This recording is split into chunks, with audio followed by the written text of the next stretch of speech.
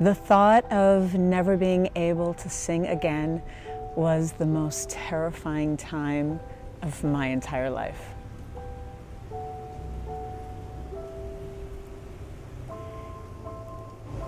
So what happened was I was on tour with Cheyenne, a wonderful Latin artist, and I had a little bit of laryngitis that just didn't seem to be going away. The tour was very easy singing for me. It was not too high, it was not too strong, so there was really no reason for it. And I went to the doctor, and the doctor said, yeah, you've got a cyst in your right vocal cord. And of course I started to cry. And I said, okay, doc, what kind of medicine do I take? Tell me what to do. And he said, no, it's not like that. You have to have it removed surgically. And my heart sank, and I didn't want to believe it. I thanked him, I left. I cried in the car. I called my mom, and I proceeded to start to find any other alternative to surgery. I did steroids. I went on a week of vocal rest, not a single word out of my mouth. Anything that I could to see if it would go away, and then went back to the doctor, and it was not going away. So I realized I did have to have the surgery, which was just so scary because it was my voice, and I was still on tour at the time.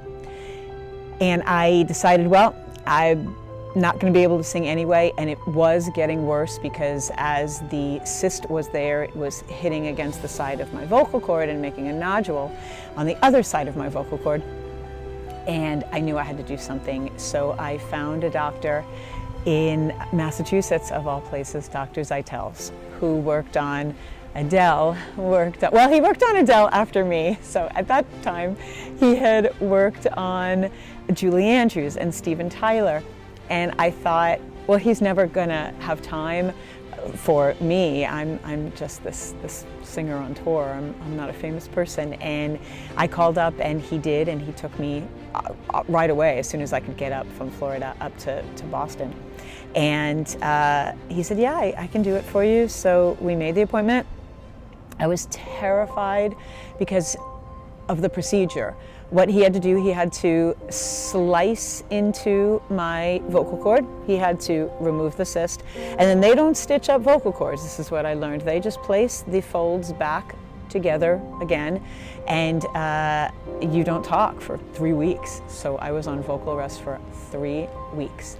And it hopefully heals. And of course he told me, this is not guaranteed, and you may develop scar tissue where we made a slice, so you have to be aware of that. But at that point, it didn't even matter because I couldn't really sing anyway. I was barely able to do my job, and I couldn't get through an entire song, like a lead on a song. And so I went up there and had the surgery, and it worked. And when I came out, it was terrifying because you couldn't say anything for 3 weeks. So I had a little, at that time, this is quite a few years ago, at that time you were texting, but not the way we text now.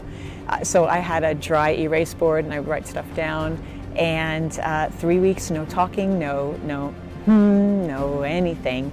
So when I went back to him in 3 weeks, I didn't know what was there, and I didn't know if anything was gonna come out, and I started to make some noise, and he said, come on, make some noise, and I was so terrified, but it was there, and it was back, and it was clear, and I hadn't been that clear vocally in ages, because it had been probably 6 months since the point that I discovered that I had the cyst, and then continued to sing. So I was clear again, and it was amazing, but then I had to rebuild my voice because I had atrophy, and it was not as strong. I didn't have as good control as I always had. So I had to build that back up again, and that took a little while. But I'm as good as new. I'm as good as ever. And it was very scary, but in the end, it turned out to be okay.